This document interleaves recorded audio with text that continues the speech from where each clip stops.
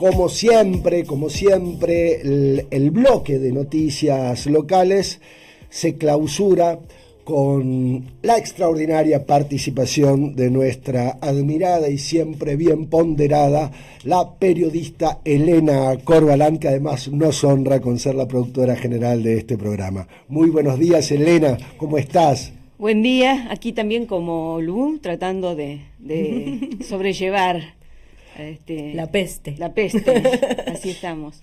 No me refiero a Milei, ¿no? Con lo de peste. Era claro, otra peste. Era otra peste. Esa también la estamos tratando de sobrellevar. Esa es más difícil, es más larga. Difícil. La gripe con suerte en una semana. Claro, esta es más difícil. Como siempre, Elena prepara un informe especial sobre temas que necesariamente deben tener presencia en el ágora público y que deben además ser revisitados con regularidad. Gracias, Elena, como siempre, por esta tarea. Y hoy un tema crucial, un tema que seguramente provocará reflexiones, dolor también, y seguramente la posibilidad de pensar el futuro desde otro lugar. Sí, hoy vamos a hablar sobre las víctimas del terrorismo estatal en Salta. La motivación está dada porque ayer, 21 de agosto, hubo una coincidencia de dos fechas. Por un lado fue el Día Internacional de Conmemoración y Homenaje a las Víctimas del Terrorismo en general. Esto es un día que fue decretado por la ONU, por Naciones Unidas, mejor dicho. Por el otro lado, se cumplió un nuevo aniversario de la anulación por parte del Congreso de la Nación de las leyes de obediencia debida y punto final, que fue el 21 de agosto de 2003, a instancias del entonces presidente Néstor Kirchner. Eso me lo recordaron ayer familiares de víctimas del terrorismo estatal que agradecían a Néstor Kirchner por esta iniciativa. Y además, el 30 de agosto es el Día Internacional de las Víctimas de Desapariciones Forzadas, otro día que fue decretado también por Naciones Unidas, y como si faltara algo para darnos la excusa de presentar este informe o esta columna, hoy se están cumpliendo 54 años de la masacre de Trelew en 1972 en la base Almirante Saar, en el sur, cuando fueron asesinadas 17 personas por la Marina. Estas personas estaban todas detenidas y bajo la guarda del Estado y de la Armada.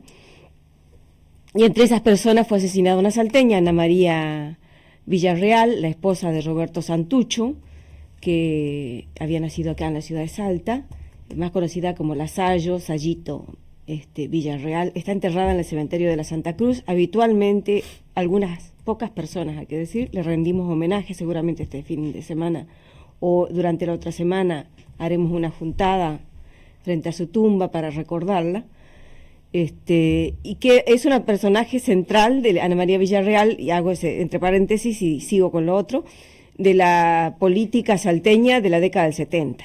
Tuvo mucho que ver con la caída del gobierno de Ragone, la muerte de Ana María Villarreal. Eso nada más lo digo, lo dejo ahí. No, entonces nos tenés que prometer en otra oportunidad. Otro informe, se puede hacer otro informe sobre eso. Qué notable la figura de Ana María una mujer muy destacada, que es poco conocida, y que la política salteña debería recordarla más, me parece. Muy destacada, realmente habría que... la artista María Laura Buccianti tiene una obra que se llama Sayito, no me acuerdo bien, y que desde otra visión más artística la revisita y cuenta su biografía. Interesante. Sí.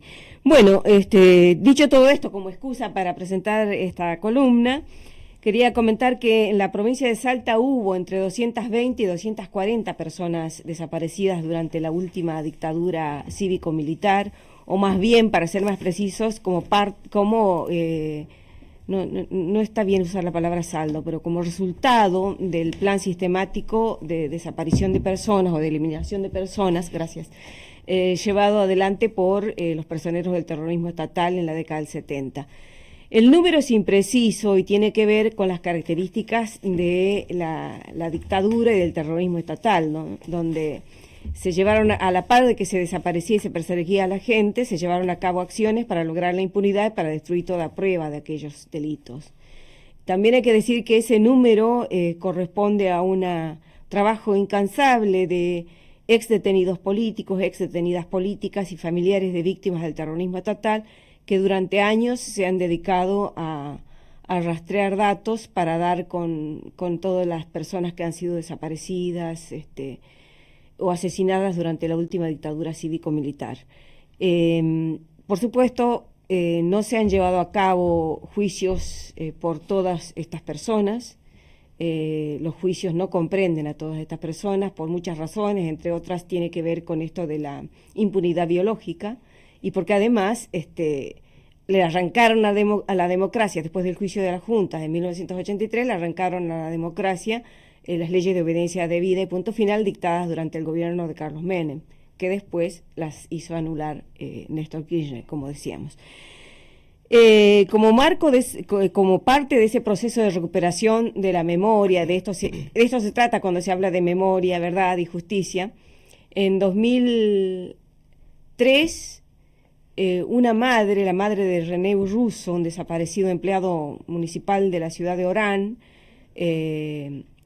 Ana María Parada de Russo, su madre, junto con el abogado David Leiva, que entrevistamos el sábado pasado, argumentaron el derecho, eso fue muy interesante, recurrieron al derecho internacional y argumentaron el derecho de las víctimas y de los familiares de víctimas a conocer la verdad.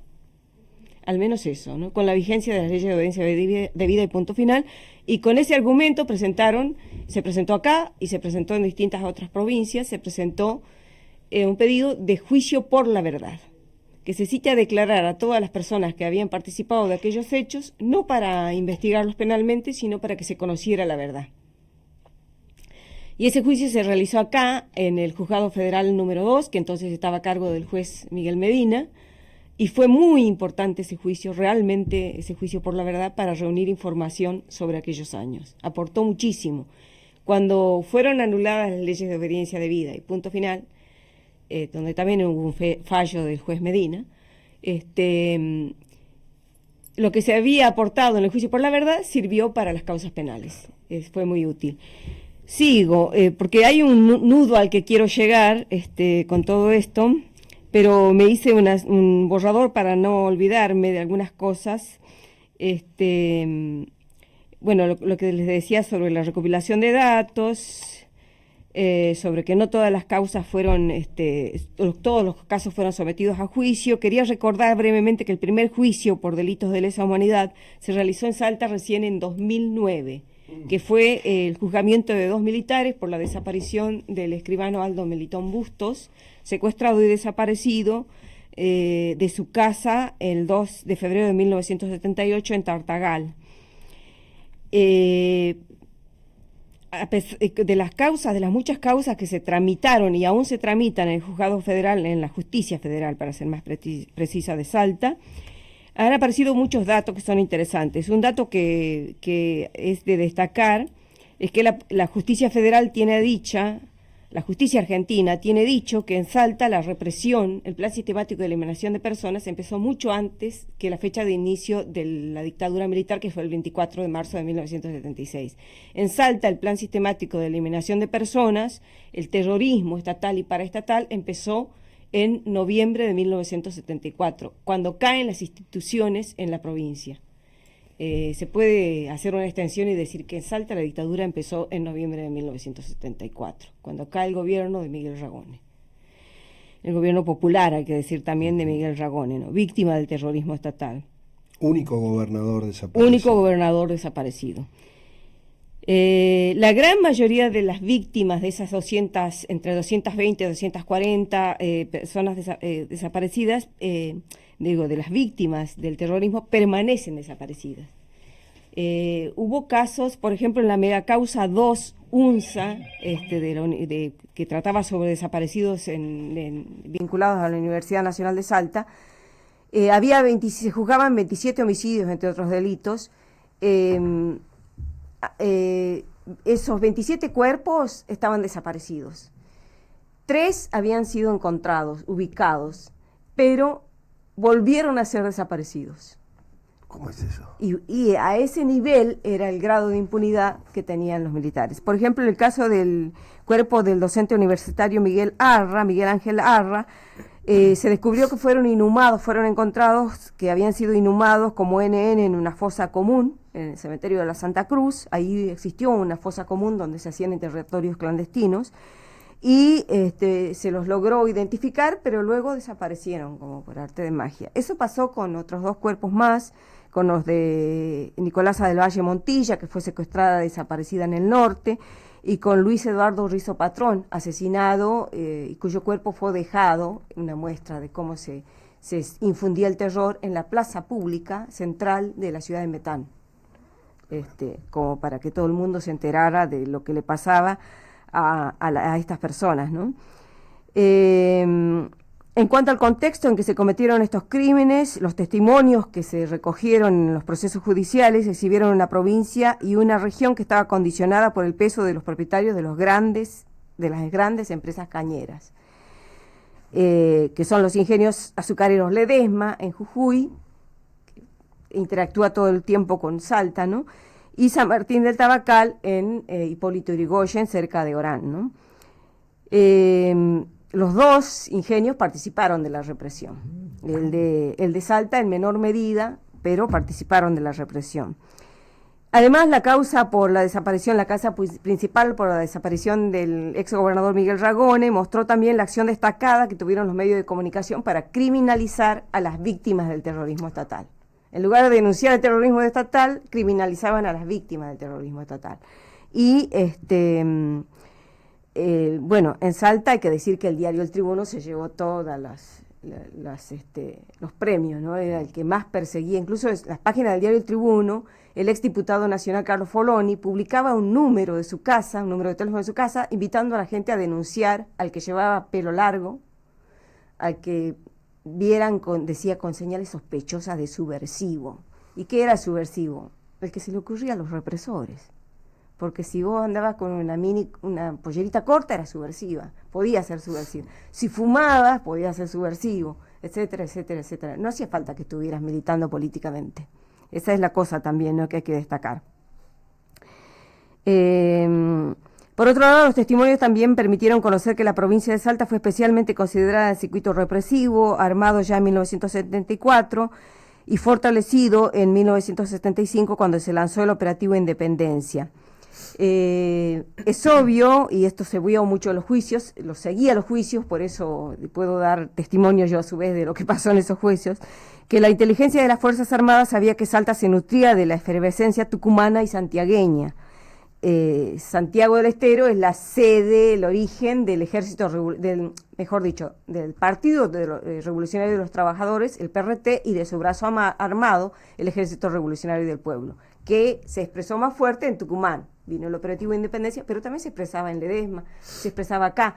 Por otra parte, los testimonios también mostraron, como el de René Aguali, que era una militante montonera de Tucumán, que Salta, por sus fronteras internacionales, era usada como lugar de paso, tanto para el ingreso de pertrechos para la guerrilla tucumana, como para el ingreso de los mensajes del Perón, aquellos cassettes que venían, sí. Por ahí se los metía. Uno de los que traía era Melina, que fue asesinado, el loco Melina, que vivía en el norte salteño, y que fue asesinado acá. Su cuerpo fue encontrado muerto a tiros en la Ruta Nacional 9, en el camino a Cornisa, Jujuy. Y bueno, por todo esto, René Aguali, cuando declaró aquí también en la megacausa Salta, dijo que ella entendía que lo que sabían en aquellos años era que estaba muy aceitado el aparato de inteligencia en toda la zona del NOA, porque era la zona de efervescencia, ¿no? Acá comenzó la guerrilla, acá en el NOA, digo, con los Uturuncus, que son personajes míticos de la guerrilla, de la resistencia popular, ¿no? Y por eso se estima que por eso, esa es la conclusión a la que llegó la justicia federal, en Salta hubo 2 áreas represivas.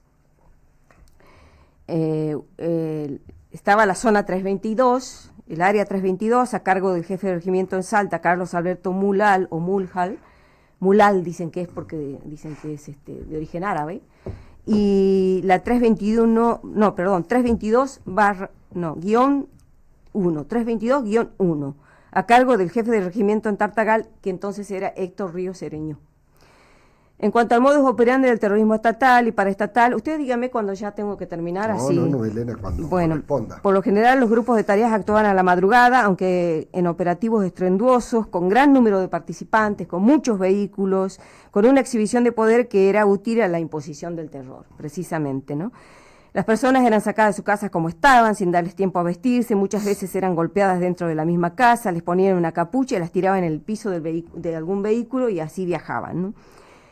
Eran transportadas primero generalmente a la delegación de la Policía Federal de Salta, la que está en la Santiago del Estero, ahí existía un centro clandestino de detención, y otras eran llevadas al Regimiento de Caballería Quinto, que está sobre la avenida Arenales. Ahí eran torturadas y desde esos lugares se decidía su destino. La cárcel, o que podía ser acompañada por el reconocimiento oficial de su detención, poniéndolos a disposición del Poder Ejecutivo Nacional, a disposición del PEN, se decía entonces, ¿no? O podía ser el preludio para la desaparición, como ocurrió, por ejemplo, con René Russo y Raúl Benjamín Osores. En Salta, las mujeres que no estaban destinadas a morir fueron enviadas al hogar Buen Pastor, que era un hogar de monjas religiosas, crueles, inhumanas, humanas, muy humanas, crueles y también represoras, que nunca han sido juzgadas, ¿no? Entre ellas se destaca una monja de apellido Cornejo, de una crueldad que alguna vez habría también que comentar, ¿no? Muchas de las mujeres, las que no fueron asesinadas, que no estaban destinadas a ser desaparecidas, luego eran llevadas a Buenos Aires, a la cárcel de Villa Devoto. En varios asesinatos se usaron explosivos con gelamón, que se fabricaba en Estados Unidos. ¿Cómo lo teníamos acá? No sé, no tiene nada que ver Estados Unidos con la represión. Esto ocurrió, por ejemplo, con el periodista Luciano Jaime, cuyos restos fueron encontrados en el Encón. Hubo otra cantidad importante, una cantidad indefinida de personas, se calcula que al menos unas 20, sometidas a explosión con gelamón en el Abra del Gallinato, en la Caldera. Para llevar adelante este plan de terror, el gobierno militar dividió el país en 5 zonas de seguridad, cada una correspondía a la jefatura de un cuerpo de ejército y se dividía en subzonas, áreas, y en algunos casos, como ocurrió en Salta, lo que decía, subáreas. Salta fue ubicada en la zona 3, que correspondía al tercer cuerpo del ejército con asiento en Córdoba. Luciano Benjamín Menéndez era su jefe, y comprendía además a Córdoba, Mendoza, San Luis, San Juan, La Rioja, Catamarca, Santiago del Estero, Jujuy y Tucumán. No hay Cuyo. No claro. Hay Cuyo, no. Y el tema al que quería llegar es y con eso termino, la inteligencia para reprimir, inteligencia entre comillas.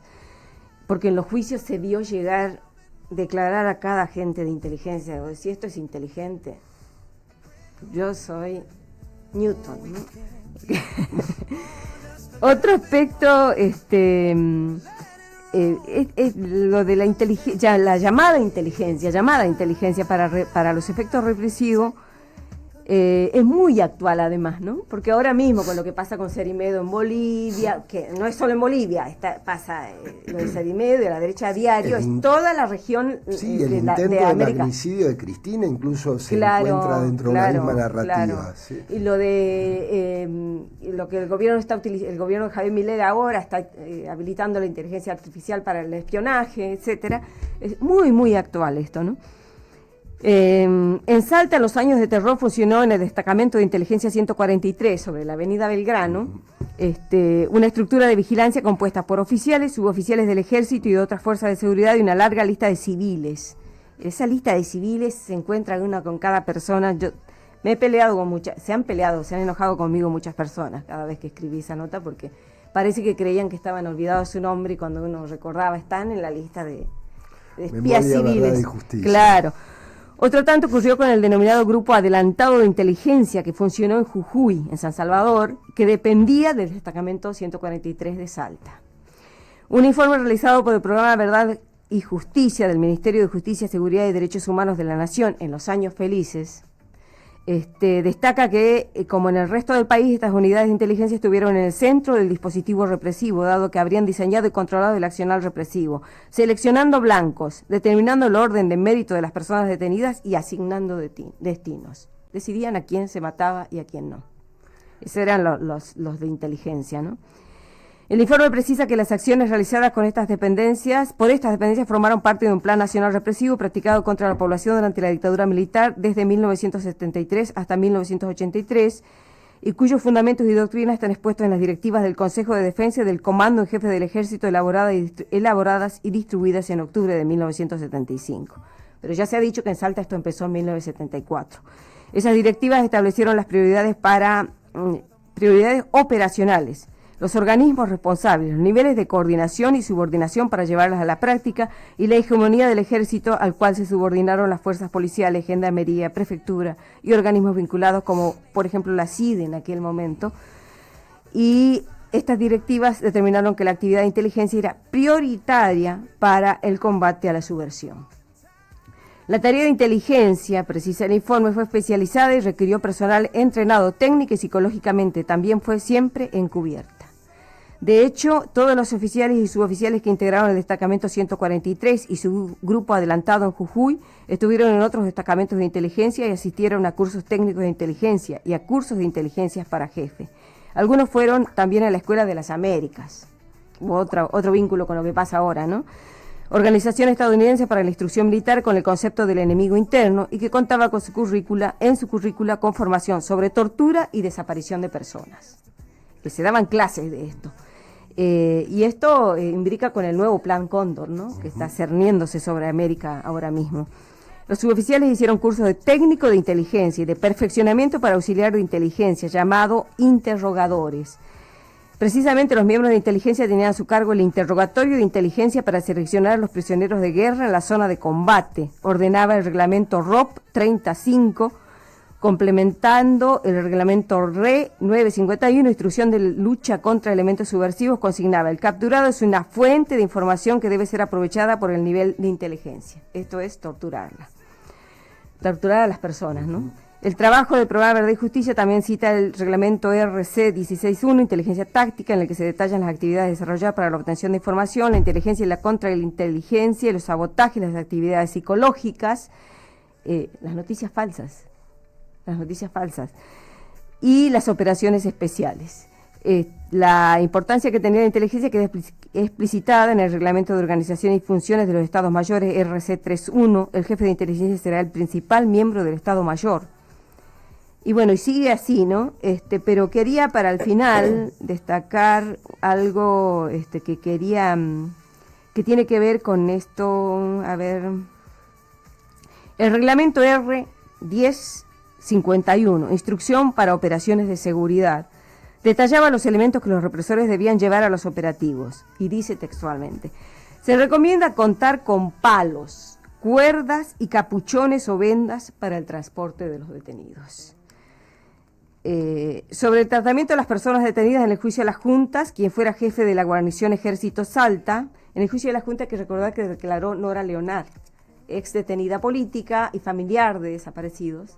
Con quien hemos conversado. Sí, con quien hemos conversado. Ella fue una de las testigos del juicio de las juntas. Wow. Bueno, ahí declaró Carlos Alberto Mulal y dijo: en todos los casos se efectuaba un primer interrogatorio, se los derivaba ya sea a la delegación de la Policía Federal o a la Jefatura de Policía y luego se decidía si la persona continuaba detenida. Para estas decisiones, y dice textualmente Mulal, siempre se daba intervención a personal que nuestras organizaciones militares tienen, especialistas en inteligencia, para poder determinar si el individuo está o no dentro de una organización subversiva. Y se decidía su destino. 220 a 240 personas desaparecidas en la provincia de Salta. Así es. Elena, muchísimas gracias por este informe tan profundo, tan detallado, tan claro, que a 50 años del golpe ya del 24 de marzo de 1976 debe estar, como lo haces cada sábado, sobre la mesa y con mucha luz pública. Gracias, Elena, un honor. Gracias a ustedes. Muchas gracias.